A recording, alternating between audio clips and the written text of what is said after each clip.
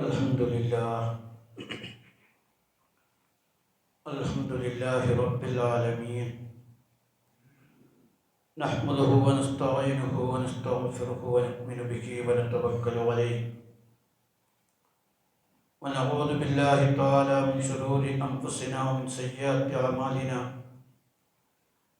मन यहदिहिल्लाहु फला मुदिल्ल लहु व मन युद्लिल फला हादिय लहु व नशहदु अन ला इलाहा इल्लल्लाहु वहदहु ला शरीका लहु ونشهد أن محمدا عبده ورسوله أرسله بالهدى ودين الحق ليظهره على الدين كله ولو كره المشركون اللهم صل على محمد وعلى آل محمد كما صليت على إبراهيم وعلى آل إبراهيم وبارك على محمد وعلى آل محمد كما باركت على إبراهيم وعلى آل إبراهيم في العالمين إنك حميد مجيد أما بعد فإن خير الحديث كتاب الله وخير الهدي هدي محمد صلى الله عليه وسلم وشر الأمور محدثاتها وكل محدثة بدعة وكل بدعة ضلالة أيها الناس أوصيكم ونفسي أولا بتقوى الله أعوذ بالله السميع العليم من الشيطان الرجيم وإن جنحوا للسلم فاجنح لها وتوكل على الله إنه هو السميع العليم وإن يريدوا أن يخدعوك فإن حسبك الله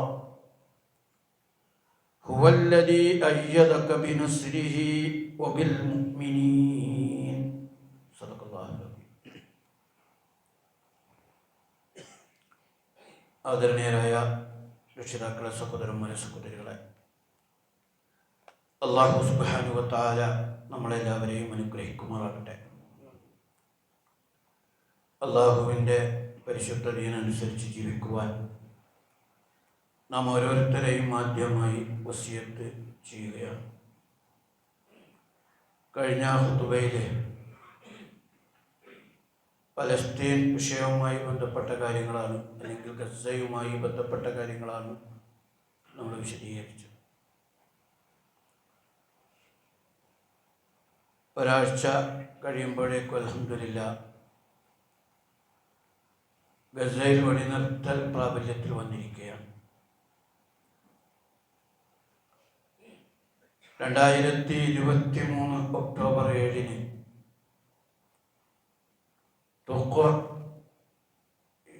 ഗസ ആക്രമിക്കപ്പെടുമ്പോൾ, തൂഫാനുൽ അഖ്സ എന്ന പേരിൽ ആക്രമണം നടത്തപ്പെടുമ്പോൾ അതിനെ പ്രതിരോധിച്ചുകൊണ്ട് ഇസ്രായേൽ അവകാശപ്പെട്ടത് പരിപൂർണമായും ഗസയെ കീഴടക്കും, ഗസയെ നിരായുധീകരിക്കും, ഹമാസിനെ പൂർണ്ണമായും ഇല്ലാതാക്കും എന്നൊക്കെയായിരുന്നു. 2 വർഷം നീണ്ട ലൈവ് യുദ്ധമാണ് നടന്നത്. യുദ്ധമല്ല, വംശഹത്യയാണ് നടന്നത്. 67,000 അല്ലെങ്കിൽ ആളുകളെ കൊന്നു, കുട്ടികളെ കൊന്നു എന്നതൊഴിച്ചാൽ, അല്ലെങ്കിൽ ഗസയിലെ 92% ബിൽഡിങ്ങുകളും വീടുകളും കെട്ടിടങ്ങളും ചരിത്ര സ്മാരകങ്ങളും തകർത്തു എന്നതൊഴിച്ചാൽ, ഒരു രാജ്യത്തെ വളരെ ഇടുങ്ങിയൊരു പ്രദേശത്തെ ശവപ്പറമ്പ് പോലെ ആക്കി തീർത്തു എന്നതൊഴിച്ചാൽ, ഇസ്രായേൽ എന്താണോ പ്രഖ്യാപിച്ചത് അതൊന്നും നേടാതെ ലോകത്തിൻ്റെ മുന്നിൽ പരാജയപ്പെടുന്ന വളരെ അത്ഭുതകരമായ, വിസ്മയകരമായ ഒരു ചിത്രമാണ് നമുക്ക് ഇന്നും ഇന്നലെയുമായി കാണാൻ സാധിച്ചത്. അതിൻ്റെ ആഴം മനസ്സിലാക്കാൻ വെടിനിർത്തൽ കരാറിന് ഇസ്രായേൽ ഭരണകൂടം, മന്ത്രിസഭ അംഗീകാരം കൊടുക്കേണ്ടതുണ്ടായിരുന്നു. ഇന്നിപ്പോൾ അത് അംഗീകാരം കൊടുത്തിട്ടുണ്ട്. അതിനുവേണ്ടി അവർ പലതവണ മന്ത്രിസഭ കൂടുകയും ചർച്ചയും അസ്വസ്ഥതകൾ കാണിക്കലുമൊക്കെ നടന്നു എന്നത് എത്ര വലിയ മാനക്കേടോടുകൂടിയാണ്, എത്ര പരാജയത്തോടു കൂടിയാണ് ലോകശക്തി വീർപ്പിളക്കിയ വീരസ്യം പ്രകടിപ്പിച്ചൊരു രാജ്യം ഒരു വിശ്വാസത്തിൻ്റെ കരുത്തുള്ളൊരു സംഘത്തിൻ്റെ മുമ്പിൽ പരാജയപ്പെട്ടത് ബോധ്യപ്പെടുത്തി തരുന്ന കാര്യമാണ്. യഥാർത്ഥത്തിൽ അവർ കൊല്ലാൻ വേണ്ടി നടന്ന ആളുകളെയായിട്ടാണ് കഴിഞ്ഞ ഇന്നലെയൊക്കെ അവർ ചർച്ചയ്ക്ക് വെച്ചത്. ഈജിപ്തിൽ നടന്ന ചർച്ചയിൽ ഖലീൽ ഹയ്യ, താഹിറുന്നൂന് പോലെയുള്ള ഹമാസിൻ്റെ നേതാക്കളായിട്ടാണ് ചർച്ച നടത്തിയത്. അവരെ കൊല്ലാനാണ് ഖത്തറിലേക്ക് മിസൈൽ അയച്ചത്. അവരെ ചില നേതാക്കന്മാരെ വധിച്ചു എന്ന് വെച്ചാൽ ഒരു ബന്ദിയെ പോലും മോചിപ്പിക്കാൻ അവർക്ക് സാധിച്ചില്ല എന്നുള്ളതാണ്. അത് ലോകത്തൊരു വിസ്മയമാണ്. ഒരു ബന്ദിയെ പോലും മോചിപ്പിക്കാൻ കഴിഞ്ഞില്ല. ഇനി അതുമാത്രമല്ല, ലോകരാഷ്ട്രങ്ങളുടെ മുഴുവൻ വെറുപ്പും മറപ്പും വിദ്വേഷവും പൊതുസമൂഹത്തിൻ്റെ മുഴുവൻ ശത്രുതയും ശാപവും ഏറ്റുവാങ്ങാനാണ് ഇസ്രായേലിന് അവസരം ലഭിച്ചത്. യന്ത്രങ്ങൾ കൊണ്ട് മനുഷ്യരുടെ ആത്മവീര്യത്തെ തകർക്കാനാവില്ല എന്ന മെസ്സേജാണ് ഗസ ലോകത്തിന് നൽകിയത്. ലോകത്തിൽ നിന്നൊരു വലിയ ചർച്ചാ വിഷയമാണ്, വലിയ പഠനമാണ്. എവിടെ നിന്നാണ് ഇവർക്ക് ഈ ആത്മവീര്യം കിട്ടുന്നത്? എവിടെ നിന്നാണ് ഈ ശക്തി ലഭിക്കുന്നത്? എന്താണ് ഇവരുടെ ശക്തിയുടെ പിന്നിലുള്ള യാഥാർത്ഥ്യം എന്ന് ലോകം പഠിക്കാൻ ശ്രമിക്കുകയാണ്. അതെന്താണോ ഇസ്രായേലും അമേരിക്കയും ഭയപ്പെട്ടിരുന്നത്, അത് സംഭവിക്കാൻ പോവുകയാണ്. വിശുദ്ധ ഖുർആനിലെ സൂറത്തുൽ ബുറൂജിൽ ഒരു ചരിത്രം വിവരിക്കുന്നുണ്ട്. അസ്ഹാബുൽ ഉഖ്ദൂദ്, കിടങ്ങിൻ്റെ ആളുകളുടെ ചരിത്രം.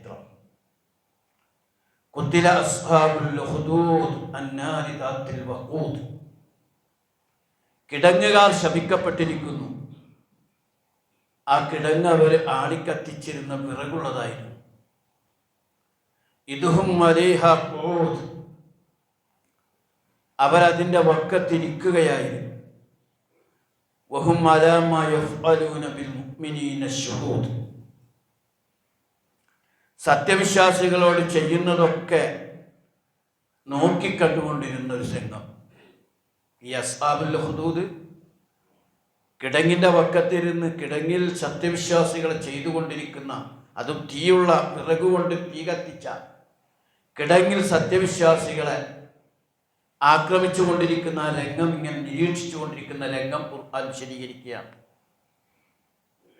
ആ സത്യവിശ്വാസികൾ, ആ കിടങ്ങിൽ വെന്തരിഞ്ഞുകൊണ്ടിരുന്ന സത്യവിശ്വാസികൾ, വമാ നഖമു മിൻഹും ഇല്ലാ അൻ യുഅ്മിനു ബില്ലാഹിൽ അസീസിൽ ഹമീദ്,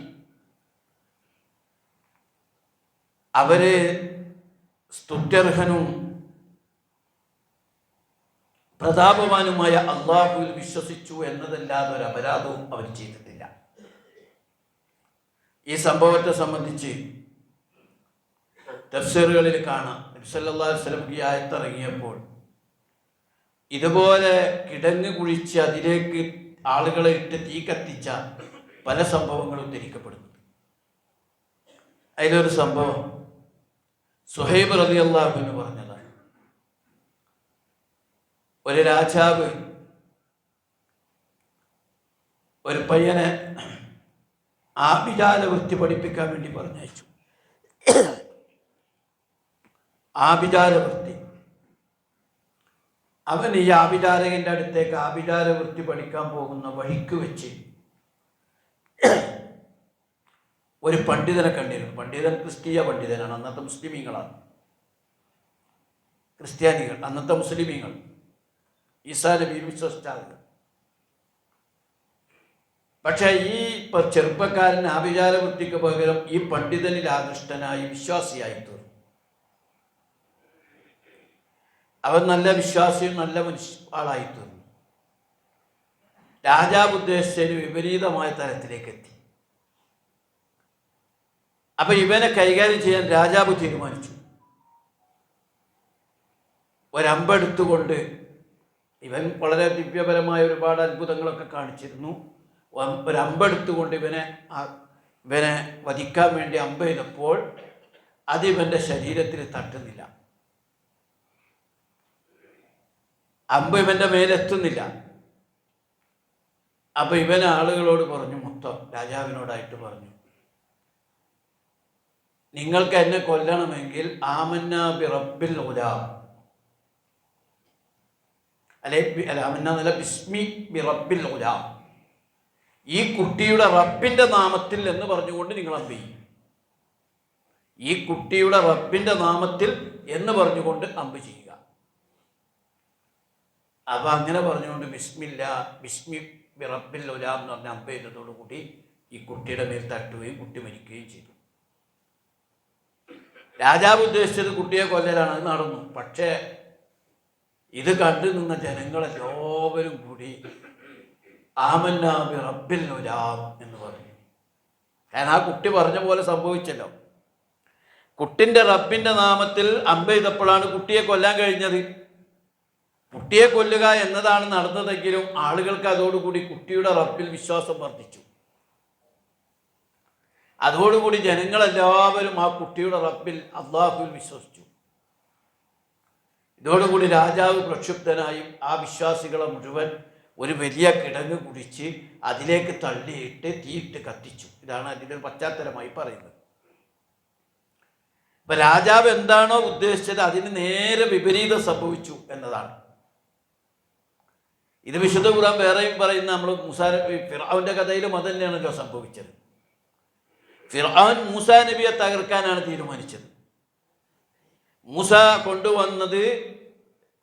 മൂസാ നബി അലൈഹി സ്വലാം കൊണ്ടുവന്ന മോചിതത്ത് കള്ളമാണെന്ന് സ്ഥാപിക്കാനാണ് ശ്രമിച്ചത്. അതിനുവേണ്ടിയാണ് മൈതാനത്തൊരു മത്സരം സംഘടിപ്പിച്ചത്. തൻ്റെ നാട്ടിലെ മാരണക്കാരെ മുഴുവൻ ഒരു ഭാഗത്ത് വിളിച്ചു, ഇപ്പുറത്ത് മൂസാ നബി അലൈഹി സ്വലാം. മൂസാ നബി അലൈഹി സ്വലാമിനോട് വടിയിടാൻ പറഞ്ഞു. പക്ഷേ അവരുടെ കയറുകൾ ഇട്ടപ്പോൾ അത് പാമ്പ് അഴങ്ങുന്ന പോലെ മാരണം പോലെ തോന്നിപ്പിച്ചു. പക്ഷെ മൂസാ നബി അലൈഹി സ്വലാം ഇട്ടത് ഒറിജിനൽ പാമ്പായി. അപ്പം മൂസാ നബിയെ പരാജയപ്പെടുത്താൻ വേണ്ടി രാജാവ് ഒരുക്കിയ കെണിയാണെങ്കിലും സംഭവിച്ചത് അവസാനം മൂസാ നബി അലൈഹി സ്വലാമിൻ്റെ വടി ഒറിജിനൽ പാമ്പാണെന്ന് അറിഞ്ഞതോടുകൂടി സാഹിറുകളെല്ലാവരും ആമന്നാ ബി റബ്ബി മൂസാ വ ഹാറൂൻ, ഞങ്ങളിതാ മൂസയുടെയും ഹാറൂൻ്റെയും റബ്ബിൽ വിശ്വസിക്കുന്നു എന്ന് ഉറക്കെ പറഞ്ഞു. അതോടുകൂടി ഫിർഔനിന് ക്ഷുഭിതനായി, ഞാൻ അനുമതി തരുന്നതിന് മുമ്പ് നിങ്ങൾ വിശ്വസിക്കുകയോ, ഞാൻ നിങ്ങളുടെ ഫി ജുദൂഇൻ നഖല വല ഉസല്ലിബന്നകും ഫി ജുദൂഇൻ നഖല വല ഉഖത്തിഅന്ന അർജുലക്കും വൈദിയക്കും മിൻ ഖിലാഫ്, നിങ്ങളുടെ കൈകാലുകൾ ഞാൻ വിപരീത ദിശയിൽ വെട്ടിതുറുക്കും, നിങ്ങളെ ഈത്തപ്പന തടിയിൽ ഞാൻ കുരിശിലെത്തും. പക്ഷേ സാഹിറുകൾ അപ്പണ് മുസ്ലിമായിട്ടുള്ളെങ്കിൽ അവർ പറഞ്ഞു, ഫഖ്ലിമാ അൻത ഖാദ് ഇന്നമാ തഖ്ലി ഹാദിഹിൽ ഹയാത്തി ദുനിയ, നീ വിധിക്ക്, എത്രയായാലും ദുനിയാവിലല്ലേ നിനക്ക് വിധിക്കാൻ പറ്റുള്ളൂ. ഇന്നാ ആമന്നാ ബി റബ്ബിനാ ലിയഗ്ഫിർ ലനാ ഖതായാനാ, ഞങ്ങളുടെ പാപങ്ങളൊക്കെ പുറത്തു തരുന്നതിന് വേണ്ടി ഞങ്ങളെ റബ്ബിനിതാ ഞങ്ങൾ വിശ്വസിക്കുന്നു എന്ന് പറഞ്ഞ് അവർ മാറി. ഇപ്പൊ എന്താണോ ഉദ്ദേശിച്ചത് അതിന് നേരെ വിപരീതമാണ് സംഭവിച്ചത്. ഇത് വിശുദ്ധ ഖുർആനിലുടനീളം നമുക്ക് കാണാൻ കഴിയും. ഇവിടെ ഇസ്രായേലും ഉദ്ദേശിച്ചത് പശ്ചിമേഷ്യനല്ല മുഴുവൻ അതർക്കം പിന്നെ എല്ലാം കൈയടക്കാമെന്നായിരുന്നു. അവസാനം ട്രംപിന് ഉപദേശിക്കേണ്ടി വന്നു, ലോകത്തോട് മുഴുവൻ നിങ്ങൾക്ക് ഒറ്റയ്ക്ക് യുദ്ധം ചെയ്യാൻ കഴിയില്ല. അതിൻ്റെ അർത്ഥം ലോകം മുഴുവൻ നിങ്ങൾക്കെതിരായിരിക്കുന്നു എന്നാണ്. യഹൂദന്മാരെ സംബന്ധിച്ച് നമ്മളിപ്പോൾ അവരെ ചരിത്രം പഠിക്കുമ്പോൾ നമുക്ക് കാണാൻ കഴിയും, അള്ളാഹുവിൻ്റെ ശാപകോപങ്ങൾക്ക് വിധേയമായൊരു വിഭാഗമാണ് അവർ.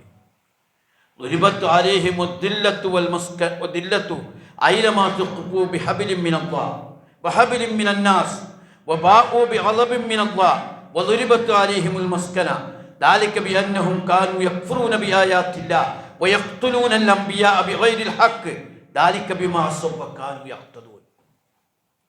അള്ളാഹുവിൽ നിന്നുള്ള ഒരു അവലംബവും ജനങ്ങളിൽ നിന്നുള്ള എന്തെങ്കിലും ഒരു അവലംബവും കിട്ടുന്നതൊഴികെ അവർ എവിടെയായിരുന്നാലും അപമാനം അവരിൽ വന്ന് പതിക്കുമായിരുന്നു. നിങ്ങൾ നോക്കിയ ഇസ്രായേലിനെ എത്ര എണ്ണത്തിനാണ് ഇസ്രായേൽ പണ്ട് ഹിറ്റ്ലർ കൊന്നൊടുക്കി അവസാനത്തിൽ അവശേഷിപ്പിച്ചതാണ്. ഇന്നലെ ഈ വെടിനിർത്തലൊക്കെ അവിടെ നടന്നുകൊണ്ടിരിക്കുമ്പോൾ പോലും ആ രാത്രിയിൽ കുറേ ആളെ കൊന്നു എന്നുള്ളതാണ്. ലോകത്ത് ഇങ്ങനെ ഒരു തെമ്മാടി രാഷ്ട്രമുണ്ടോ? നിങ്ങൾ ആലോചിച്ച് നോക്കി. അതിൻ്റെ കുറച്ച് മുമ്പ് അവർ ചെയ്ത പണി എന്താ പറഞ്ഞാൽ, അവർ കൊന്ന ഒരു ബന്ദിയെ അവർ പറഞ്ഞ് കൊടുത്തു വിട്ടു. ബന്ദിയെ വധിച്ച അതിൻ്റെ മയ്യത്ത് ഇവർക്ക് കൊടുത്തു. ആ മയ്യത്ത് താങ്ങിക്കൊണ്ട് വരുമ്പോഴാണ് ആ മയ്യത്തിൻ്റെ ഉള്ളിൽ അവരറിയാതെ ബോംബ് വെച്ചിട്ടുണ്ടായിരുന്നു. ലോകത്ത് ഇത്ര ക്രൂരത ഒരാൾ ചെയ്യില്ല. ആ മയ്യത്ത് കൊണ്ടുപോകുമ്പോൾ അത് പൊട്ടിത്തെറിക്കുകയാണ്. മയ്യത്ത് കൊണ്ടുപോകുന്ന ജനങ്ങളൊക്കെ ബോംബിൽപ്പെടുകയാണ്. ഏതാണ്ട് 2 വർഷത്തിൽ എല്ലാ ദിവസവും 100 ചില്ലാനം ആളെ വെച്ച് കൊന്നു. 20,000 കുട്ടികളെ കൊന്നു, സ്ത്രീകളെ കൊന്നു. അങ്ങനെ നാശമാക്കി ആ രാജ്യം മുഴുവൻ, ചരിത്ര സമ്പന്നമായ രാജ്യത്തെ മുഴുവൻ കെട്ടിടാവശിഷ്ടങ്ങളാക്കി തകർത്തെറിഞ്ഞു. എന്നിട്ടും പകലില്ലാത്ത അക്രമങ്ങൾ ചെയ്തിട്ടും തങ്ങൾക്ക് അവരുടെ മുന്നിൽ വിജയിക്കാൻ കഴിഞ്ഞില്ല. ഇങ്ങനെയൊക്കെ പീഡിതരായ ജനത ഇന്നലെ വെടിനിർത്തൽ നടന്നതോടെ ആഹ്ലാദ പ്രകടനമാണ്. ലോകം ഞെട്ടുകയാണ്. 19 ലക്ഷം ആളുകൾ പുറത്തേക്ക് പോയിട്ടുണ്ട്. ആകെ 10-26 ലക്ഷം ആളുകളൊരു ഇടുങ്ങിയ ഒരു പ്രദേശത്തെയാണ് ഈ കാട്ടിക്കുട്ടി. മണ്ണ് തിന്നാണ് ആ കുട്ടികൾ ജീവിച്ചത്. മണ്ണ്. എത്രയോ കുട്ടികൾക്ക്, 20,000 കുട്ടികൾ മരിച്ചെങ്കിൽ എത്രയോ മനുഷ്യർക്ക് അവയവങ്ങളില്ല. ജീവിതത്തിൽ അവർ എന്താണ് യുദ്ധമില്ലാത്ത ദിവസത്തെ കണ്ടിട്ടില്ല. ഇത്ര ക്രൂരന്മാരായ ആളുകൾക്ക് ഇനി നാണം കെട്ട ഏറ്റവും മോശമായ പതനത്തിലേക്ക് അവർ വരാൻ വേണ്ടി പോവുകയാണ്. ഇതിൻ്റെ ഒന്നും ഒരു ആവശ്യം ഇസ്രായേലിനുണ്ടായില്ല. ലോകത്ത് നിന്നൊക്കെ ആട്ടിയിറക്കപ്പെട്ട ഈ രാജ്യത്തെ സ്വന്തം മണ്ണ് വിട്ടുകൊടുത്ത് അവരെ അധിവസിപ്പിച്ചത് അറബികളാണ്. അവരെല്ലാ അർത്ഥത്തിലും അധിവസിപ്പിച്ചു. പ്രധാനപ്പെട്ട സ്ഥലം കൊടുത്തു. ചതിച്ചിട്ടാണെങ്കിലും പറ്റിച്ചിട്ടാണെങ്കിലും പുതിയ ചതിയും വഞ്ചനയും നടത്തി സെറ്റിൽമെൻറ്റുകൾ ഉണ്ടാക്കിയിട്ടാണ് നാടുണ്ടാക്കിയതെങ്കിൽ പോലും ലോകത്തെ ക്രിസ്ത്യാനികൾ തള്ളിക്കളഞ്ഞു. എല്ലാ ജനവിഭാഗങ്ങളും തള്ളിക്കളഞ്ഞിട്ട് അവസാനം അവർക്ക് അഭയം നൽകിയ ആളുകളെയാണ് ഇവരെ കൊന്നൊടുക്കിക്കൊണ്ടിരിക്കുന്നത്. അതുകൊണ്ടാണ് അള്ളാഹുവിൻ്റെ റസൂല് പറഞ്ഞ്, ഒരു കാലം വരുമ്പോൾ അതാ യഹൂദി അവനെ കൊല്ലുന്ന കല്ല് പോലും പിടിച്ചു പറയുന്ന അവസ്ഥ ഉണ്ടാവും. നോക്കിയാൽ നിങ്ങൾ എല്ലാ രാജ്യത്തുള്ള മനുഷ്യരും, അതിൽ പോപ്പടക്കമുള്ളവർ, പുരോഹിതന്മാർ, മതത്തിൻ്റെ ആളുകളെ, നമ്മുടെ അടുത്ത് കുറച്ച് സംഘപരിവാറിൻ്റെ ആൾക്കാരും നിരീശ്വരവാദികളും ഒഴിച്ച ദുനിയാവിലെ സകല മനുഷ്യന്മാരും ഈ തിന്മക്കെതിരെ പോരാടി എന്നുള്ളതാണ്. അതിൽ നമുക്ക് കുറേ പാടുള്ള നൽകി. എത്ര ഭീകരമായിരിക്കും നമ്മളെ സംഘപരിവാറിൻ്റെ ആൾക്കാരെ മനസ്സെന്നുള്ളത് നമ്മളെ കാണിച്ചു തന്നു. ഈ കുട്ടികളെ കാണുമ്പോൾ സന്തോഷിക്കുന്ന ഒരു വർഗം ഈ ഇസ്രായേലികൾ പോലും ഇല്ല എന്നുള്ളതാണ്. ഇസ്രായേലിൽ പോലും പ്രകടനം നടന്നു. ഇസ്രായേലിൽ പോലും അതിനെതിരെ ശബ്ദം ഉയർത്തപ്പെട്ടു. ഇസ്രായേലിലെ വലതുപക്ഷ തീവ്രവാദികളായ കുറച്ച് തീവ്രവാദികളും ഏറ്റവും കൂടുതൽ യൂണിറ്റുള്ള കേരളത്തിലെ ഈ സംഘപരിവാറിൻ്റെ ആൾക്കാരുമാണ്. അവരുടെ മീഡിയകളിലാണ് ഓരോ കുട്ടികളെ കൊല്ലപ്പെടുമ്പോഴും ആർത്തുല്ലസിക്കുന്നത്. ഇവരുടെ ഇടയിൽ ജീവിക്കുന്ന നമ്മൾ സൂക്ഷിക്കണമെന്നും കരുതലുണ്ടാകണം എന്നൊരു തിരിച്ചറിവ് നമുക്കും കൂടി നൽകിയിരിക്കുകയാണ്.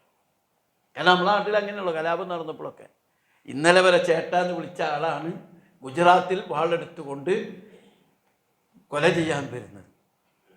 തൊട്ടടുത്തുള്ള ആളാണ് ഈ വീട്ടിൽ ഇന്നലെ വരെ ചേട്ടാന്ന്, ജനിച്ചോടെ മുതൽ ചേട്ടാന്ന് വിളിച്ച് കഴിയുന്ന ആളാണ് ആയുധമെടുത്ത് കൊല്ലാൻ വേണ്ടി വരുന്നത്. ഗുജറാത്ത് കലാപം അവിടെയും വംശഹത്യയുള്ളോ നടന്നത്. കുഞ്ഞുങ്ങളെയാണ് കൊന്നു, ഗർഭപാത്രത്തിലെ കുഞ്ഞുങ്ങളെയാണ് കൊന്നൊടുക്കിയത്. ഇപ്പം അതൊക്കെ ഇനി പറയാൻ പോലും പാടില്ലാത്ത വിധം എല്ലാറ്റിനെയും മാറ്റിമറിക്കുകയാണ് ചെയ്യുന്നത്. ഒരാൾ ഇതിന് രക്ഷപ്പെടില്ല എന്നുള്ളതാണ്. തനി മതേതരത്വം പറഞ്ഞ് ഈ ഒരു മതേതരത്വത്തിൻ്റെ പ്ലാറ്റ്ഫോമിൽ മാത്രം നിന്ന് മതത്തിൻ്റെ ചിഹ്നങ്ങളില്ലാത്തവനെ പോലും അവൻ്റെ പേര് നോക്കിക്കൊണ്ട് റെയ്ഡ് നടത്തുന്ന, അവരെ മാത്രം തെരഞ്ഞു പിടിച്ച് നശിപ്പിക്കുന്ന അവസ്ഥയിലേക്ക് ഇവിടെയും വരുന്നുണ്ട്. അതവിടെ നിൽക്കട്ടെ. നബിയുടെ ചില ആളുകൾ ചിലപ്പോൾ പറയും ഈ വെടി നിർത്തലും ചതിയായിരിക്കാം, ചിലപ്പോൾ ചതിയായിരിക്കും. അത് ചതി അവർ ജീവിതത്തിൽ ചെയ്തിട്ടുള്ളൂ, ഇസ്രായേൽ ചതിച്ചിട്ടേ ഉള്ളൂ. പക്ഷേ ദീനുൽ ഇസ്ലാം വിശ്വാസികളോട് പറഞ്ഞത് ശത്രുക്കൾ രഞ്ജിപ്പിന് വന്നാൽ നിങ്ങൾ തയ്യാറാകണം. സൂറത്ത് അൻഫാലിൽ വളരെ കൃത്യമായി പറയുന്നുണ്ട്,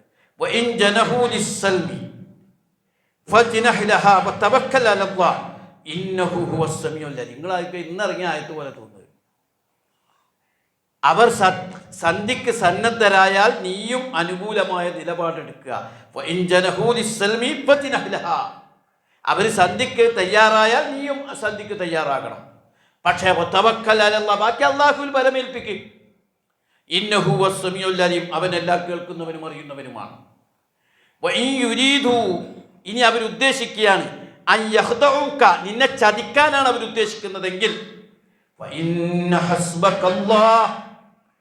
ബാക്കി എല്ലാ കാര്യത്തിനും അല്ലാഹു മതി, പിന്നെ അല്ലാഹു നോക്കിക്കോളും.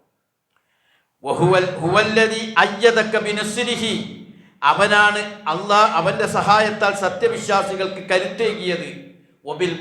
നിനക്കും സത്യവിശ്വാസികൾക്കും സത്യവിശ്വാസികൾക്കും കരുത്തേകിയത് ആ അല്ലാഹുവാണ്. അതുകൊണ്ടല്ലേ കൊല്ലാൻ വന്ന മഹാന്മാരായ ഹമാസിൻ്റെ നേതാക്കന്മാർ അഭിമാനത്തോടു കൂടിയിരുന്നു, കോട്ട് സൂട്ടൊക്കെ ഇട്ടെന്നെ അവരാ കരാറിനിരുന്നു. ആ കരാർ ലംഘിച്ചേക്കാം, ഇനിയും ആക്രമണം വരും. പക്ഷേ ഇനിയും ലോകത്തിന് മുമ്പിൽ പണ്ടത്തെ പോലെ ചതിയിലൂടെ ഇനി പോകാൻ കഴിയില്ല. ഒക്കെ ലൈവാ, ലോകത്ത് ഇതൊക്കെ കാണുകയാണ്. ഞാൻ പറഞ്ഞു, നിങ്ങൾ മനസ്സിലാക്കണം, പഴയ പോലെയല്ല, മെസ്സേജുകൾ ലോകത്ത് എത്തുകയാണ്. ഞാൻ പലപ്പോഴും പറഞ്ഞില്ലേ, ഗസയിലെ കുട്ടികൾ ഓതിയ ഖുർആനായത്തുകൾ ലോകത്ത് പരക്കുകയാണ്. ഗസയിലെ ആ ജനങ്ങളുടെ പിന്നിലുള്ള ആത്മവിശ്വാസം, ഈമാൻ, കരുത്ത്, അവരുടെ പരലോകത്തിലുള്ള പ്രതീക്ഷ, ദുനിയാവിനോടുള്ള ആർത്തിയില്ലായ്മ, എന്തിൻ്റെയും തൻ്റെ ഇടം, അത് ലോകം നിരീക്ഷിക്കുകയാണ്. ആർക്കും അത് കിട്ടുന്നില്ല. ഭൗതികന്മാർക്ക് ഇത് ആലോചിക്കാൻ പോലും പറ്റണില്ല. തൻ്റെ മക്കളെ പച്ചമഷിക്ക് പേരെഴുതി വെച്ചില്ല. അവർ പച്ചമഷിക്ക് പുറത്ത് പേരെഴുതി വെക്കുകയാണ് കുട്ടികളെ പേര്.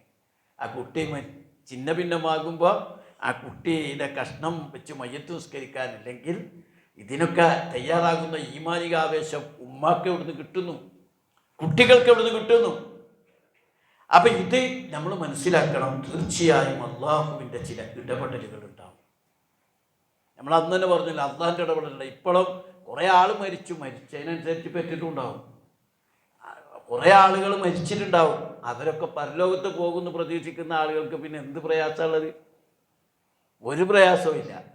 പക്ഷേ മരിച്ചിട്ടും ബാക്കിയുള്ള മനുഷ്യർ ജീവിക്കുന്നവർ തൻ്റെ ഇടത്തോടു കൂടി ജീവിക്കുമ്പോൾ ലോകത്തിൻ്റെ മുമ്പിൽ ജീവിക്കാൻ അർഹതപ്പെട്ടവരവരെ. അപ്പോൾ ഇസ്രായേലിലുള്ള ഓരോ മനുഷ്യനും നീറിപ്പോകുകയാണ്, പേടിച്ച് കഴിയുക.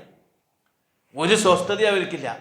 ലോകം ഞെട്ടിയ ഒരു സംഗതി എന്താണെന്ന് പറഞ്ഞാൽ, ഇതുപോലെ 2 വർഷം നീണ്ടു നിന്ന വംശഹത്യൊക്കെ നടന്നാൽ എത്രയോ ലക്ഷക്കണക്കിന് മനുഷ്യർ ആത്മഹത്യ ചെയ്ത് ജീവിതം കൊടുക്കിയിട്ടുണ്ടാവും. നമ്മളിവിടെ 10 വയസ്സ് കടം കയറിയാൽ പോലും കുടുംബത്തിന് മുഴുവൻ കൊടുത്ത് വിഷം കൊടുത്തു പോലുള്ളവരല്ലേ.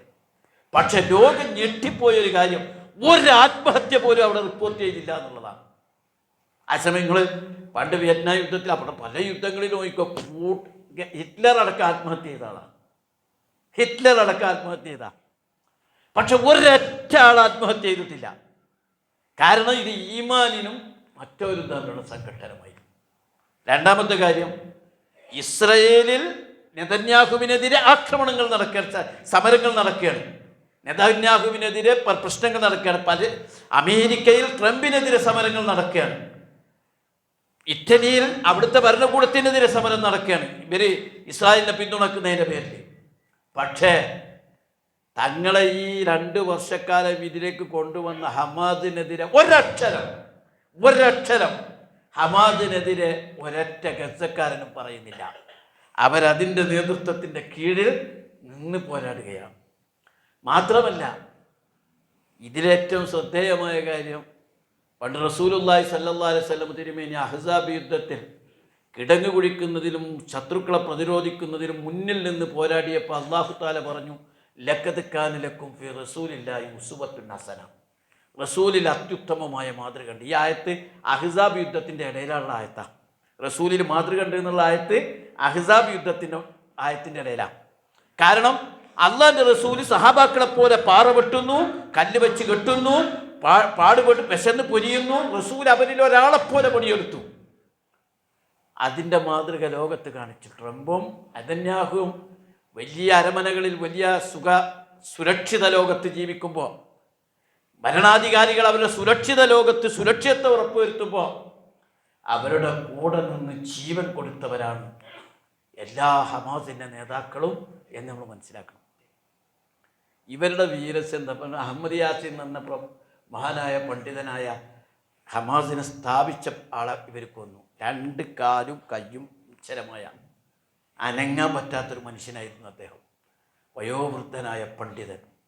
അഹമ്മദ് യാസിൻ വീൽ ചെയറിൽ ഇങ്ങനെ കുത്തിയിരിക്കും, മെഷീൻ ഉപയോഗിച്ച് നീങ്ങും. ഈ അഹമ്മദ് യാസീനാണ് ഇവർ വലിയ വീരസ്യത്തിൽ കൊന്നൊടുക്കിയത്. ഇവര് ഇസ്മായിൽ ഹനിയ, എന്തൊക്കെ പോയാലും ഇസ്മായിൽ ഹനിയയുടെ ഖുർആൻ പാരായണം ഈ അന്തരീക്ഷത്തിൽ നിൽക്കുകയാണ്. ആ ഖുർആൻ പാരായണം നിൽക്കുന്നിടത്തോളം ഇസ്മായിൽ ഹനിയമാർ വധിക്കപ്പെടുന്നില്ല. ഒരാൾ പോകുമ്പോൾ ഉടനെ ആളുകൾ രംഗത്ത് വരികയാണ്. അവരിൽ ഏറ്റവും സുരക്ഷിതത്വക്കുറവ് അവരുടെ നേതാക്കന്മാർക്കായിരുന്നു. പക്ഷേ കാരണം അവരേറ്റവും മുന്നിൽ നിന്ന് പോരാടി എന്നതാണ്. എന്തായാലും ശരി, വിശ്വാസികൾക്ക് നല്ല കരുത്ത് നൽകുന്ന കുറേ സംഗതികളാണ് ഞാൻ പറയുന്നത്. ഇതിലൂടെ എൻ്റെ ഒരു വ്യക്തിപരമായ വിശ്വാസം എന്ന് പറഞ്ഞാൽ, ഇത് ലോകത്ത് ഇസ്ലാമിൻ്റെ ഒരു ടേണിംഗ് പോയിൻ്റ് ആയിരിക്കും. യൂറോപ്യന്മാർ ഇസ്ലാമിനെ പഠിക്കും, അമേരിക്കക്കാർ ഇസ്ലാമിനെ പഠിക്കും. പഠിക്കേണ്ട ചിലരൊക്കെ പാഠം പഠിക്കും, അറബികളടക്കം പാഠം പഠിക്കും, എല്ലാവരും പാഠം പഠിക്കും. പലർക്കും പുതിയ പുതിയ അറിവുകൾ ഇത് നൽകും, ഒരു തിരിച്ചറിവ് ഒരുപാട് നൽകും. അല്ലാഹു തആല പലതും ഇതിൻ്റെ പിന്നിൽ ഉദ്ദേശിച്ചിട്ടുണ്ട്. നമ്മളും ചിലതൊക്കെ പഠിക്കണം. ഇങ്ങനെ സുഖമായിട്ട് കഴിയുമ്പോഴും അള്ളാഹിൻ്റെ ചില പരീക്ഷണങ്ങൾ വരുമ്പോൾ ഈ ഗസക്കാർക്ക് അല്ലാഹു തആല അവസാനം വിജയം കൊടുക്കുന്നത് അവരുടെ ഈമാൻ പരിശോധിച്ചിട്ടാണ്. ഈമാൻ ഇല്ലാത്തൊരു സംഘമാണെങ്കിൽ സിറിയയിലെ പോലെ പല പ്രദേശങ്ങളിലും പോലെ കൂട്ടക്കൊലകൾ നടത്തി ശത്രു മുന്നേറിപ്പോകും. അതേസമയം ചത്തൊടുങ്ങുന്നതിന് പകരം രക്തസാക്ഷിയാകാൻ കഴിയുന്ന ഈമാൻ നമ്മൾ നേടിയെടുക്കുക എന്നുള്ളതാണ് ഏറ്റവും പ്രധാനം. അഭിമാനത്തോടു കൂടി നമ്മൾക്ക് പല ആളുകളും പറയില്ലേ, അവർ ഹമാസിൻ്റെ പിന്നിൽ ഇസ്ലാമാണ് പ്രചോദനമെങ്കിലും അത് സാമ്രാജ്യത്വത്തിനെതിരായതുകൊണ്ട്, ഇസ്ലാം വിരുദ്ധരായ ആളുകൾ പോലും പറയുകയാണ് അത് സാമ്രാജ്യത്വത്തിനെതിരായതുകൊണ്ട് ഹമാസിനെ അംഗീകരിക്കേണ്ടി വന്നിരിക്കുന്നു എന്നാണ് പല ആളുകൾ പോലും പറഞ്ഞത്. കാരണം ഇവർക്ക് കിട്ടിയ പ്രചോദനം ഏതെങ്കിലും പ്രത്യയശാസ്ത്രത്തിൽ നിന്നല്ല, ഇസ്ലാമിൽ നിന്നാണ്. ലോകത്തിലെ നമ്മുടെ രാജ്യത്ത് സ്വാതന്ത്ര്യ സമരത്തിൽ ബ്രിട്ടീഷുകാർക്കെതിരെ സമരം ചെയ്യാനുള്ള പ്രചോദനം ലഭിച്ചത് ഇസ്ലാമിൽ നിന്നായിരുന്നു. ഇന്ന് ലോകത്തിലെ ഏറ്റവും വലിയ സാമ്രാജ്യത്വ ദുശക്തിയായ അമേരിക്കക്കും ഇസ്രായേലിനുമെതിരെ പോരാടാൻ പീഡിത ജനവിഭാഗത്തിൻ്റെ പ്രചോദനം, അടിച്ചമർത്തപ്പെട്ട മനുഷ്യരുടെ വിമോചനം പറയുന്ന ഇസ്ലാമിൽ നിന്ന് തന്നെയാണ്. ഈ വസ്തു നമ്മൾ മനസ്സിലാക്കേണ്ടതുണ്ട്. നമ്മുടെ പ്രാർത്ഥന ഒരിക്കലും നിർത്തരുത്, പ്രാർത്ഥന തുടർന്നുകൊണ്ടിരിക്കണം. അവർക്ക് വേണ്ടി ആത്മാർത്ഥമായി നമുക്ക് പ്രാർത്ഥിക്കാൻ കഴിയണം. പടച്ചോനെ, ഇസ്രായേലിനെ ഇവിടെ വെക്കുന്നത് തന്നെ നാശമാണ്. അവർക്ക് മനസ്സിൽ ബുദ്ധി മാറ്റമുണ്ടാകണം എന്നാണ് നമ്മൾ ആഗ്രഹിക്കുന്നത്. അങ്ങനെയുള്ള പണ്ട് ഈ താർത്താരികൾ അങ്ങനെയുള്ള സംഭവിച്ചത് ഞാൻ പലപ്പോഴും പറഞ്ഞാണ്. താർത്താരികൾ മുസ്ലിമീങ്ങളെ കൂട്ടക്കൊല നടത്തി നശിപ്പിച്ച് ഒരു താർത്താരി ഒരു മുസ്ലിമിനെ കണ്ടാൽ പറയും, ഇത്ര നീ അവിടെ കിടക്കണമെന്ന് പറയും. അപ്പോൾ ഈ അധമത്വം പേറിയ മുസ്ലിം അവിടെ കിടന്നു കൊടുക്കും. കിടന്നാൽ പറയും, അയ്യോ ഞാൻ വാളെടുക്കാൻ മറന്നു, ഞാൻ വീട്ടിൽ പോയി വാളെടുത്ത് വരുന്നവരെ അവിടെ കിടക്കണം കേട്ടോ, അനങ്ങി പോകരുത്. താർത്താരി വീട്ടിൽ പോയി വാളെടുത്ത് വരുന്നവരെ അനങ്ങാതെ കിടന്നു കൊടുക്കും. താർത്താരി കൊല്ലും. ഏതായാലും കൊല്ലാൻ പോയില്ലെന്ന് ഓടെങ്കിലും വേണ്ടേ? ഇല്ല. അത്ര പതിത്വം മുസ്ലിങ്ങൾ അനുഭവിച്ചു. ഒരൊറ്റ ദിവസം ലക്ഷക്കണക്കിന് മുസ്ലിങ്ങളെ കൊന്നു താർത്താരികൾ ആ കാലത്ത്. പക്ഷേ പിന്നീട് സംഭവിച്ചത് താർത്താരികൾ കൂട്ടത്തോടുകൂടി ഇസ്ലാമിലേക്ക് വന്നു. താർത്താരികളുടെ രാജാവടക്കം മുസ്ലിമായി. ആ പ്രദേശം ഇസ്ലാമിൻ്റെ ലോകങ്ങളായി മാറി. ഇതൊക്കെ ലോകത്ത് അല്ലാഹു തആല നമുക്ക് കാണിച്ചു തന്ന പല സംഭവങ്ങളുമാണ്. അതുകൊണ്ട് നമ്മൾ മനസ്സിലാക്കേണ്ടത്, ഇസ്രായേൽ ജനത നശിക്കണം എന്നല്ല, ഇസ്രായേലിൻ്റെ തീവ്രവാദം നശിക്കണം, സയനിസം നശിക്കണം, അവരുടെ കുബുദ്ധികൾ നശിക്കണം. പകരം ആ ഇസ്രായേലികളിൽ മാറ്റം വരണം. ഇത് അമേരിക്കയും പാഠം പഠിക്കുമെന്ന് തന്നെയാണ് നമ്മൾ മനസ്സിലാക്കേണ്ടത്. ചിലപ്പോൾ ഇതിൽ കള്ളത്തരങ്ങൾ ഉണ്ടാകാം, പക്ഷേ അള്ളാഹുവും കുറേ തന്ത്രം പ്രയോഗിക്കും. പടച്ചോൻ്റെ തന്ത്രത്തിൻ്റെ മുമ്പിൽ മനുഷ്യരുണ്ടാക്കുന്ന ഈ തന്ത്രങ്ങൾക്കൊന്നും ഒരു വിലയും ഉണ്ടാവില്ല എന്ന തിരിച്ചറിവ് നമുക്കുണ്ടാകണം. അള്ളാഹു സുബ്ഹാനഹു വ തആല നമ്മെ അനുഗ്രഹിക്കുമാറാകട്ടെ. വാഖൂലു ഖൗലി ഹാദാ അസ്തഗ്ഫിറുല്ലാഹി